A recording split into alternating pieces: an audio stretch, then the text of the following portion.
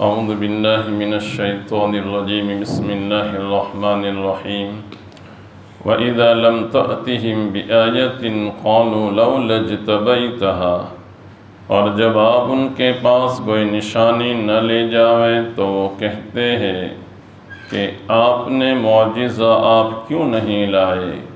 قُلْ إِنَّمَا أَتَّبِعُ مَا يُوحَى إِلَيَّ مِنْ رَبِّي، آپ فرما دیجئے کہ محض میں پیروی کرتا ہوں اس چیز کی جس کی میری طرف وحی بھیجی جاتی ہے میرے رب کی جانب سے۔ هَذَا بَصَائِرُ مِنْ رَبِّكُمْ وَهُدًى وَرَحْمَةٌ لِقَوْمٍ يُؤْمِنُونَ، یہ ساری دلیلیں ہیں تمہارے رب کی جانب سے اور ہدایت اور رحمت ہے ایسے لوگوں کے لیے جو ایمان رکھتے ہیں۔ وَإِذَا قُرِئَ الْقُرْآنُ فَاسْتَمِعُوا لَهُ وَأَنصِتُوا لَعَلَّكُمْ تُرْحَمُونَ، اور جب قرآن پڑھا جاوے تو تم کان لگائے رہو اس کی طرف اور تم چپ رہو تاکہ تم پر رحم ہو۔ وَاذْكُرْ رَبَّكَ فِي نَفْسِكَ تَضَرُّعًا وَخِيفَةً وَدُونَ الْجَهْرِ مِنَ الْقَوْلِ بِالْغُدُوِّ وَالْآصَالِ وَلَا تَكُن مِّنَ الْغَافِلِينَ، اور آپ اپنے رب کو یاد کیجئے، ذکر کیجئے اپنے دل میں گڑ گڑاتے ہوئے اور ڈرتے ہوئے، اور ایسی آواز سے جو کہ پکار کر بولنے سے کم ہو، یعنی بہت زور سے نہ ہو، صبح کے وقت اور شام کے وقت، اور اہل غفلت میں سے نہ ہو۔ ان الذین عند ربک لا یستکبرون عن عبادتہ ویسبحونہ ولہ یسجدون، بے شک وہ جو تیرے رب کے پاس ہے وہ اس کی عبادت سے بندگی سے تکبر نہیں کرتے اور اس کو یاد کرتے رہتے ہیں اور اسی کو سجدہ کرتے رہتے ہیں۔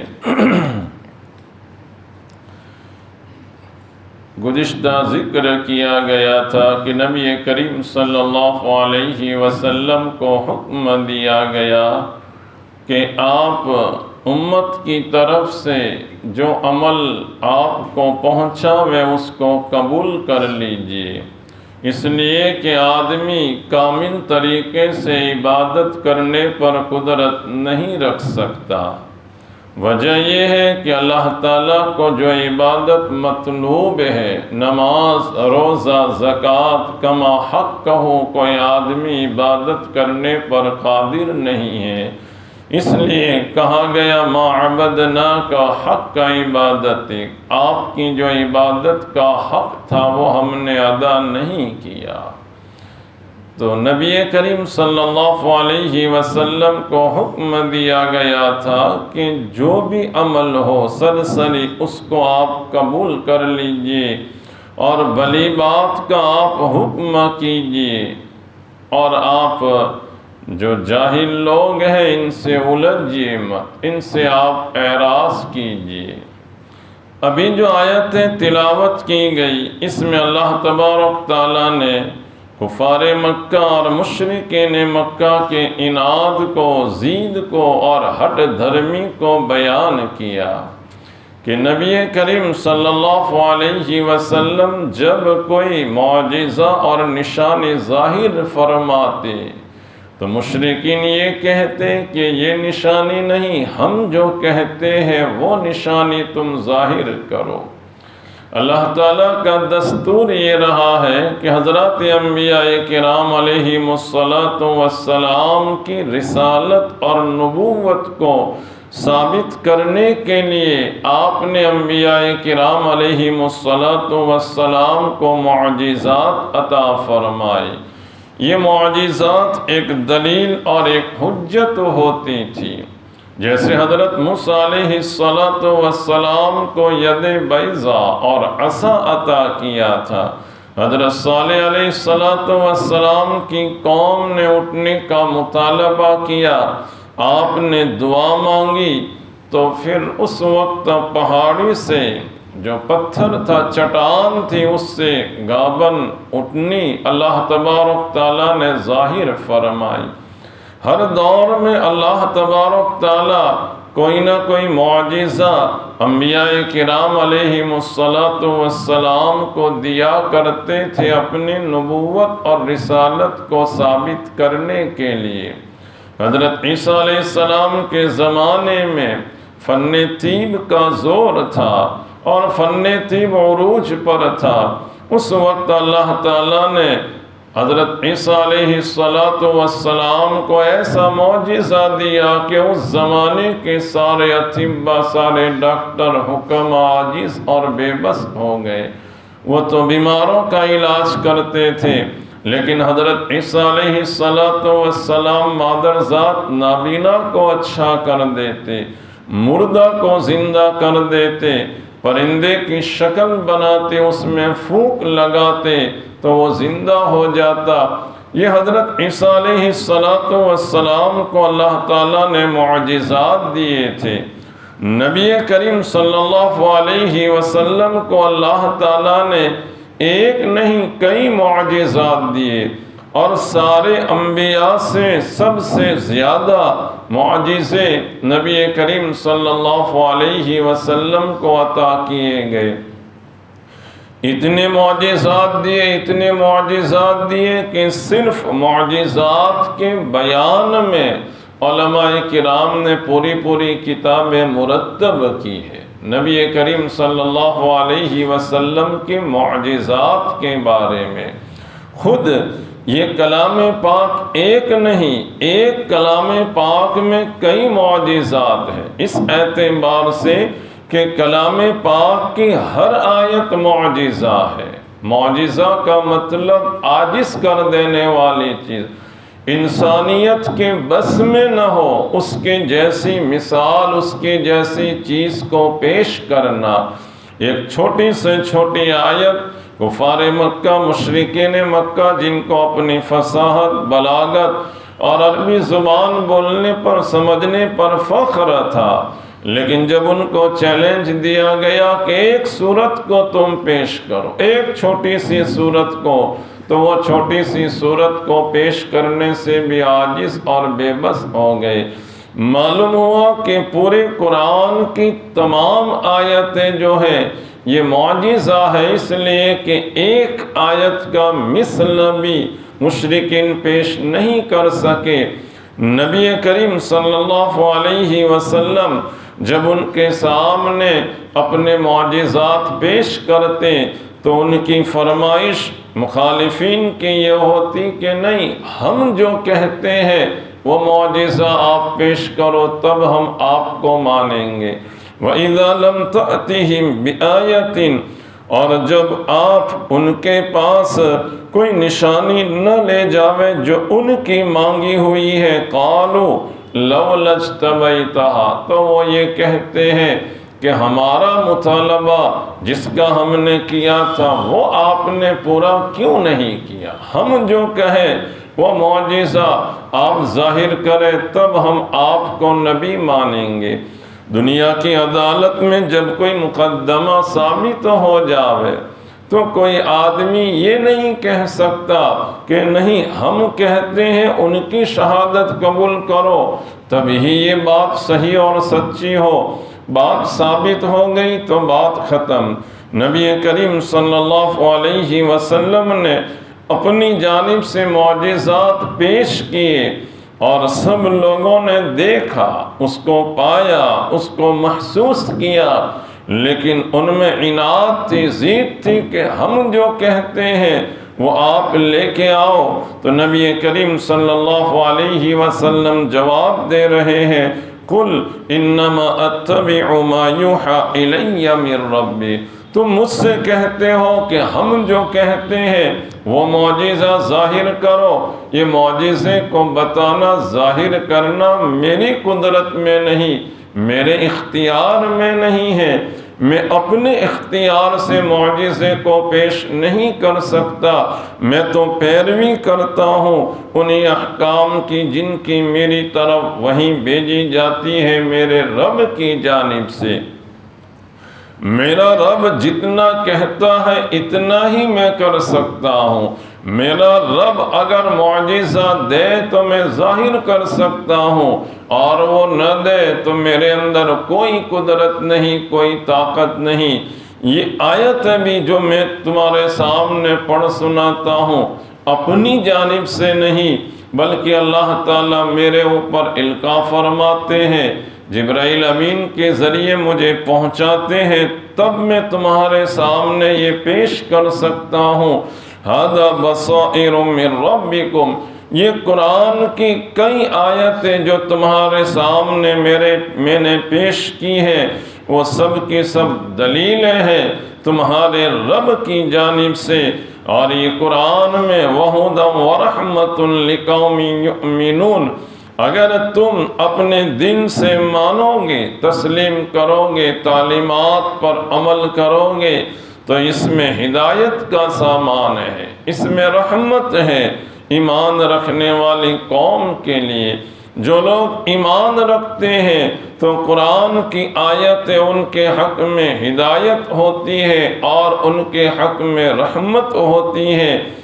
آگے قرآن کریم جو اتنی بڑی دولت ہے اور اتنا بڑا معجزہ ہے کہ جس کی ذمہ داری اللہ تبارک تعالیٰ نے قیامت تک کے لیے لی، اور نبی آتے تھے معجزہ ان کے ساتھ رخصت ہو جاتا تھا، لیکن یہ قرآن کریم معجزہ ایسا ہے کہ دنیا سے آپ کے پردہ فرما لینے کے باوجود زندہ اور جاوید باقی ہے، اور تا قیامت وہ باقی رہے گا۔ یہ قرآن جب پڑھا جاوے تو ہمارے اندر کیا ادب ہونا چاہیے، ہمارے اندر اس کا اہتمام کیسا ہونا چاہیے، کیا کیفیت ہونی چاہیے، اس کو بیان کیا۔ وَإِذَا قُرِئَ الْقُرْآنُ، اور جب قرآن تمہارے سامنے پڑھا جاوے، فَاسْتَمِعُوا لَهُ وَأَنصِتُوا، تو تم قرآن کی طرف، اس کی طرف کان لگاتے رہو اور تم چپ رہو۔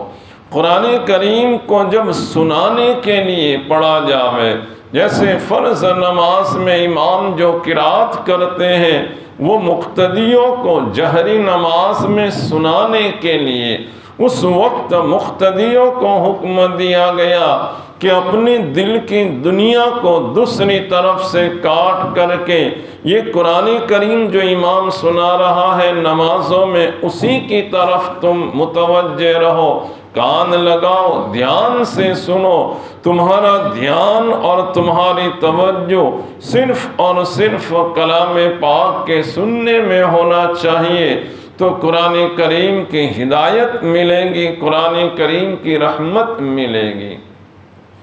بعض حضرات فرماتے ہیں کہ قرآن کریم پڑھا جاوے، اس سے جیسے فرض نماز میں جو جہری قرات ہے وہ مراد ہے، اسی طرح جو جمعہ کا خطبہ ہے اس میں جو پڑھا جاتا ہے اس کا بھی پاس و لحاظ اور ادب رکھنے کا حکم دیا گیا۔ اس میں تم بات چیت مت کرو، اس خطبہ کو دھیان سے سنو۔ یہاں تک کہ حدیث میں آیا کہ کوئی شور کرتا ہو اس کو بھی اپنی زبان سے مت روکو، ہاں ہاتھ کے اشارے سے روک سکتے ہیں لیکن زبان سے آواز نکالنا منع کیا گیا۔ اسی طرح تیسری بات یہ ذکر کی گئی کہ نکاح کا خطبہ ہو، عید الفطر اور عید الاضحیٰ کا خطبہ ہو، اس کی حیثیت بھی ایسی ہی ہے کہ اس کو بھی دھیان سے اور توجہ سے سننا چاہیے۔ اس میں بات چیت کرنا، شور کرنا، گفتگو کرنا یہ سب ممنوع ہے۔ تو یہ حکم دیا کہ جب قرآن پڑھا جاوے تو خوب کان لگاؤ اور تم خاموش رہو، لیکن یہ اس وقت کی بات ہے کہ جہاں قرآن ہمیں سنایا جا رہا ہو۔ ایک آدمی اپنے اعتبار سے تلاوت کرتا ہے، دوسرا آدمی سویا ہوا ہے، اب اس کو بیدار ہو کر کے اس کلام پاک کو سننا ضروری نہیں ہے۔ کلام پاک کی تلاوت کرنے والے کو حکم دیا گیا کہ تمہاری تلاوت کرنے کی وجہ سے کسی دوسرے آدمی کو جو دوسرے کام میں ہے اس کو خلل نہ پہنچے، اس کو اذیت نہ پہنچے۔ کوئی سویا ہوا ہو تو اس کی نیند میں خلل نہ آوے، کوئی آدمی نماز میں مشغول ہے تو آدمی باہر زور سے تلاوت ایسی نہ کرے جس کی وجہ سے اس آدمی کی نیند میں یا تو جو اپنے کام میں ہے نماز پڑھ رہا ہے اس میں کوئی خلل واقع ہو، ورنہ جہاں ماحول ہو، مجلس اسی کی ہے کہ کلام پاک سنایا جا رہا ہے تو وہاں پر اس کو دھیان سے سننا چاہیے۔ بعض حضرات فرماتے ہیں کہ آدمی فارغ ہو، کوئی مشغولی نہ ہو اور قرآن کریم کی تلاوت کی جاوے، قرآن کریم سنایا جاوے تو آدمی کو اپنے کان کلام پاک کی تلاوت کی طرف متوجہ کرنے چاہیے، مشغول کرنے چاہیے، لعلکم ترحمون، تاکہ تم پر رحم کیا جاوے۔ جب کلام پاک کو سنایا جاوے تو جو آدمی کان لگائے گا اور سنے گا، خاموش رہے گا تو اللہ نے وعدہ کیا کہ تم پر رحم ہوگا۔ اس کے برخلاف جب قرآن سنایا جاوے اور آدمی قرآن کو نہ سنے، کان نہ لگاوے، شور شغب کے اندر مشغول رہے تو ممکن ہے وہ قہر خداوندی اور غضب خداوندی کا مستحق ہو جاوے، کیونکہ سننے پر اللہ کی رحمت کا وعدہ ہے تو اس کے خلاف کرنے پر اللہ کا غضب اس کے اوپر نازل ہو سکتا ہے۔ اس لیے یہ بات بتائی گئی کہ قرآن کریم کا تم سننے سنانے میں خوب اہتمام کرو، لعلکم ترحمون، تاکہ قرآن کریم کے سننے کی وجہ سے تم پر رحم ہو۔ کفار مکہ، مشرکین مکہ جب نبی کریم صلی اللہ علیہ وسلم کلام پاک کی تلاوت کرتے تو وہ کہتے وَقَالَ الَّذِينَ كَفَرُوا لَا تَسْمَعُوا لِهَذَا الْقُرْآنِ، تم اس قرآن کو مت سنو، وَالْغَوْا فِيهِ، اور تم اس میں شور کرو جب قرآن پڑھا جاوے تو، لَعَلَّكُمْ تَغْلِبُونَ، تاکہ تم غالب آ جاؤ۔ یہ کفار مکہ کا، مشرکین مکہ کا طریقہ تھا، شور شرابہ کرنا، قرآن پاک کو نہ سننا۔ ایمان والوں کو ہدایت دی گئی کہ تم متوجہ ہو جاؤ، 100% خاموش رہو تاکہ تم پر رحم ہو۔ اور جو آدمی نماز میں کلام پاک دھیان سے سنتا ہے، چاہے وہ تراویح کی نماز ہو، وہ اس کو کیفیت ایسے نصیب ہوتی ہے کہ پھر نماز میں رکعت لمبی ہو جاوے تب بھی اس کو تھکن کا احساس نہیں ہوتا، کیونکہ کلام پاک کی ہدایت اور کلام پاک کی رحمت کے ساتھ جب اس کا تعلق ہو گیا، کلام پاک میں جب وہ ڈوب گیا تو پھر تھکن وغیرہ کا احساس ہونا یہ بعید بات ہے، یعنی دور کی بات ہے۔ اللہ تعالیٰ نے ایک اور حکم دیا کہ تمہیں ذکر کیسے کرنا چاہیے۔ ذکر کیا ہے؟ کلام پاک کی تلاوت کو بھی کہتے ہیں، اور ایک ذکر ہے آدمی اپنی زبان سے اللہ کا نام، اللہ کا کلمہ بلند کرے، لیکن اللہ کے ذکر کی اور اللہ کا نام بلند کرنے کی کیفیت کیسی ہونی چاہیے؟ ایک ذکر ہے ذکر سری اور دوسرا ذکر ہے ذکر جہری۔ ذکر سری کا مطلب ہے آہستہ ذکر کرنا، اور یہ ذکر سری دو طرح کا ہوتا ہے۔ ایک تو یہ کہ آدمی اتنا آہستہ ذکر کرے کہ آواز خود ہی سن سکے، دوسرا نہ سنے، یہ ذکر شریعت میں پسندیدہ ہے۔ دوسرا ذکر ہے آدمی ایسا ذکر کرے، ایسا ذکر کرے کہ دل ہی دل میں ذکر کرے، زبان سے آواز بالکل نہ نکلے، اس کو کہتے ہیں ذکر قلبی۔ زبانی جب آدمی ذکر کرتا ہے اور بہت زیادہ مشق کرتا ہے تو ایک وقت ایسا آتا ہے کہ اللہ تبارک تعالیٰ اس کو اس درجے تک پہنچا دیتے ہیں ذکر قلبی تک۔ اور اللہ تعالیٰ جب کسی کا دل جو ہے ذکر والا کر دے تو آدمی کبھی غافل نہیں ہو سکتا۔ یہ ہے ذکر قلبی۔ حضرات مشائخ فرماتے ہیں کہ جو آدمی اللہ کا ذکر کرتا رہے، چاہے زبان سے ذکر کرے یا قلب سے، اگر خدا نہ خواستہ جہنم میں جانے کی بھی باری آئے گی تو جس عضو سے اس نے ذکر کیا ہے وہ عضو کبھی بھی جہنم میں نہیں جائے گا، اور ایک عضو کی برکت سے اللہ تبارک تعالیٰ پورے جسم کی حفاظت فرما لیں گے۔ یعنی یہ نہیں ہو سکتا کہ زبان کو تو اللہ تعالیٰ جنت میں داخل کرے اور باقی اعضاء کو جہنم میں، نہیں، ایک عضو کی برکت سے اللہ تعالیٰ پورے جسم کو جہنم سے بچا لیں گے۔ یہ ہے ذکر کی برکت۔ وہ سانس ہی نہیں جس میں اللہ کا ذکر نہ ہو۔ نبی کریم صلی اللہ علیہ وسلم کے بارے میں عائشہ رضی اللہ تعالیٰ عنہا ذکر فرماتی ہیں کہ آپ رات دن اللہ کے ذکر میں مشغول رہتے تھے۔ تو آدمی کا دھیان اللہ تعالیٰ کی طرف رہے تو آدمی بہت سے گناہوں سے محفوظ رہ سکتا ہے۔ کبھی آدمی زبانی ذکر کرتا ہے لیکن اس کا دھیان نہیں ہوتا تو حضرات مشائخ فرماتے ہیں کہ دھیان نہ ہو تب بھی زبانی ذکر فائدے سے خالی نہیں ہے۔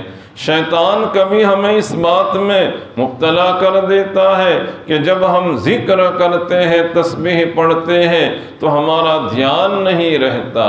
تو دھیان نہ رہے تب بھی آدمی اس کو چھوڑے نہیں، مشغول رہے۔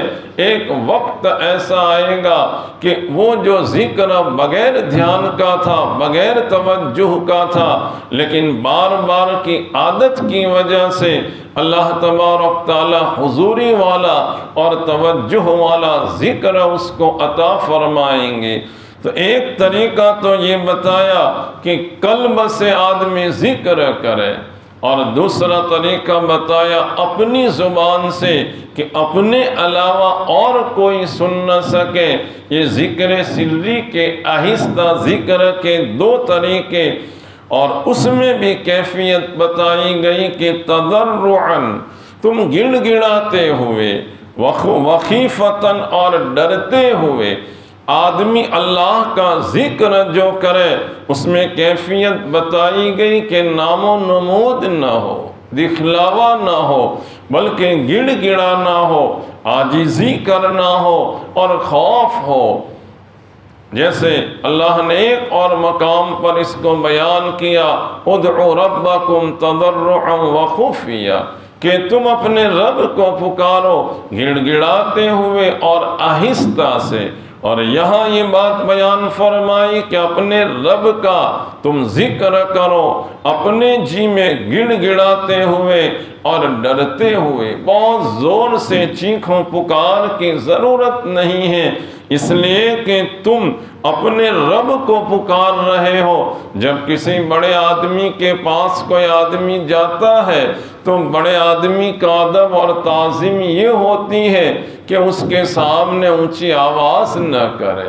پروردگار اس عالم کا ہم ذکر کرتے ہیں تو اونچے آواز سے نہیں، زور و شور سے، کیونکہ یہ ایک قسم کی بے ادبی شمار کی جاتی ہیں۔ ہاں، تھوڑا اور آواز تم نکال سکتے ہو، وَدُونَ الْجَهْرِ مِنَ الْقَوْلِ، اور ایسی آواز سے جو کہ پکار کر بولنے سے کم ہو، یعنی بہت زور سے نہیں، اس سے تھوڑی کم، اطراف والے قریب والے سن سکے، لیکن اس میں بھی خلوص نیت ہو۔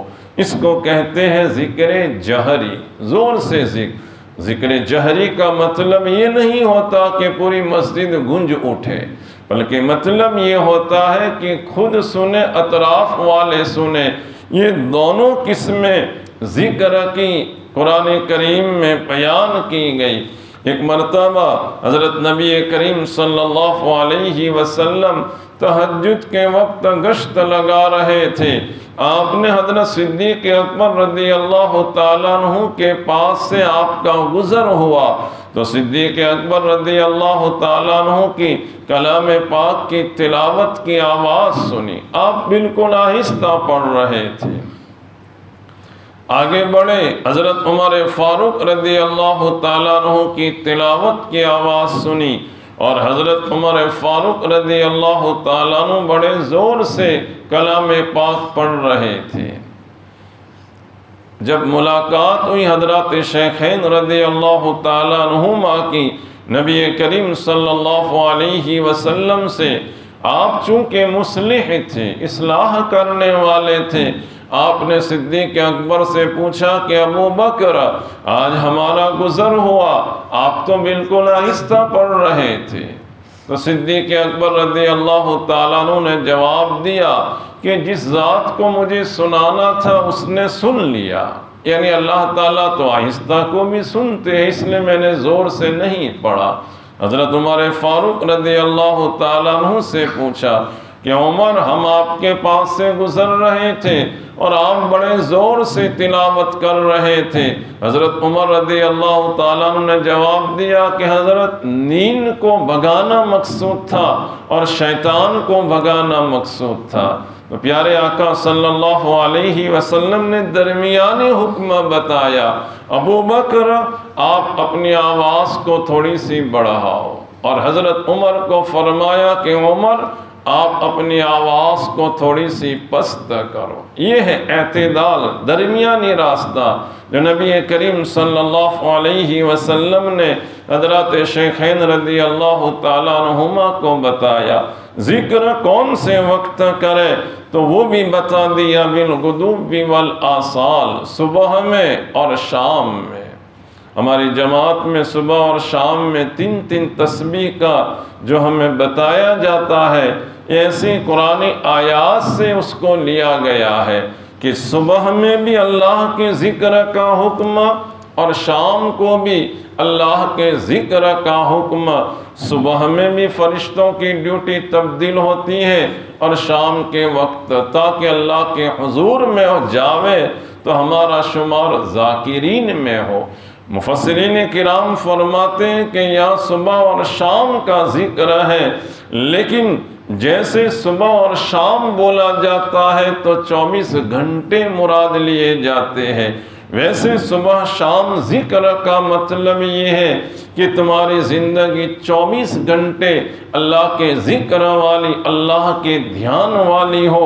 وَلَا تَكُن مِّنَ الْغَافِلِينَ، اس لیے آگے بتایا کہ تم غافلین میں سے مت ہو، اللہ تعالیٰ سے تمہاری توجہ، تمہاری نگاہ ہٹنے نہ پاوے۔